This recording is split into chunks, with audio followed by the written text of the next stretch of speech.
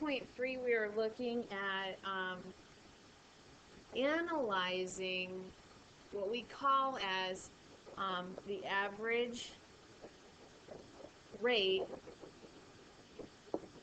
of change. When we are looking at the average rate of change, the context that this is going to be in could be used on the Cartesian coordinate plane. For instance, if you had a couple ordered pairs that you wanted to take a look at, there is one line that exists that kind of goes through those two ordered pairs, and this line represents a constant rate of change, and sometimes you might not just have 2 points, you might have lots and lots and lots of points plotted, but the skill that we are trying to find is a number that represents the average rate of change. And in this case, since this is a line that's going downhill, I'm expecting that this number is probably going to be a negative number because this looks like it's slowly decreasing. So there's a formula that I want you to become familiar with, and this is what the formula looks like. Actually, let me just start by writing this out.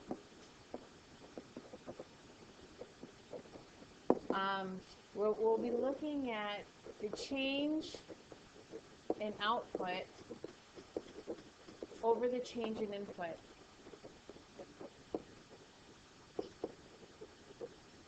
So far, we've talked about output and input in so many different contexts. Hopefully by now, when you hear the word input, it might make you think of the x-axis. It might make you think of replacement values, because that's where they get plugged in. It might make you think of a few other things that we've talked about, like the word domain. And when you hear the word input, hopefully, similarly, you're thinking about the y-axis, you're thinking about the word range. All of these things kind of relate to each other in some way or another. But let's just take a look at an introductory problem where you are given two ordered pairs. For instance, I'm going to give you 3 over 2 up. I'm going to kind of here on the side draw a picture of where that would be in the quadrants. That'd be about right here. And 8 over 6 up, which is about right here. And I'm going to find the average rate of change between these 2 points. Using that change in output over change in input, I'm actually going to put this formula together. It looks like this. This is definitely a formula that you want for an index card for later. This is showing the change in output over the change in input. Remember that those output values are the second element in each of these ordered pairs. And so what I would be doing here is I would be naming one of these ordered pairs x1, y1, and I would be naming another ordered pair x2, y2. It doesn't matter which one is your x1, y1, and which one is your number 2 pair, but the reason that I'm labeling these like this is so that when I plug them in, it's not as much of a confusing situation. I have my division symbol, I have the negative symbols, they're going to stay there, the minus symbols. And where I see y1, I'm going to plug in 2. And so I have this 2 right here for the y1. I'm going to put this here. And for the y2, I'm going to put 6. For the x1, I'm going to put 3. For the x2, I'm going to put 8. And if I were to take the difference between 2 and 6, I would get negative 4. The difference between 3 and 8, I would get negative 5. So the average rate of change is a fraction. Negative over negative is positive. It's possible for you to have a fraction. This fraction happens to be a positive number. If I draw that line that would go through those 2 points, it also goes uphill, and that's not a coincidence. You're going to find that you have a few different scenarios where you're going to be asked to find the average rate of change, and you're going to need to use this formula. And the scenarios might not be straightforward scenarios where you're given two ordered pairs. For instance, I could have the scenario where I am analyzing weight over a certain few months, and I'm going to put months here, weight here, and maybe over 6 months.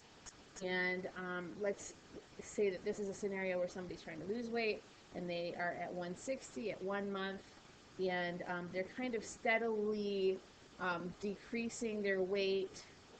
It might not be in a consistent manner when we graph this.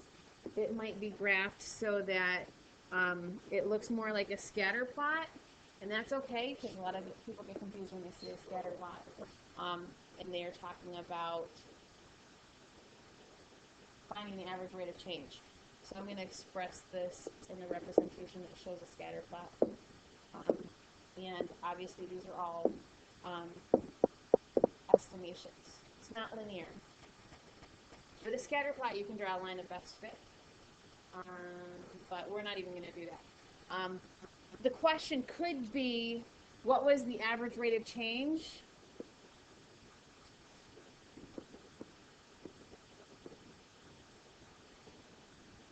between month 2 and 5?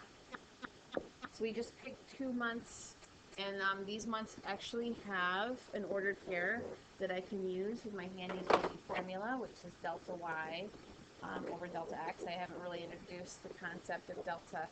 That's the Greek symbol for change in y and change in x. We might get used to that. The y is one top, the x is one bottom. So if I look at the y values, I have one in here and I have one here. So if I start it with this one on top, 158 minus 135, then I need to also go in the same order when I plug these into the bottom. So on the bottom I have 2 minus 5. 158 minus 135 is 23. And 2 minus 5 is negative 3. I'm going to put this in my calculator because the context of this probably isn't easily interpreted if I leave it in the form of a fraction. 23 divided by negative 3 gives me negative 7.6 repeating. The average rate of change for weight loss between those 2 months would be a 7.6 per month decrease. So in conclusion for this video, the very important topic was the average rate of change and the formula that goes with it, which is y2 minus y1 over x2 minus x1, used in correlation with not one, but two ordered pairs that you're going to be plugging numbers in.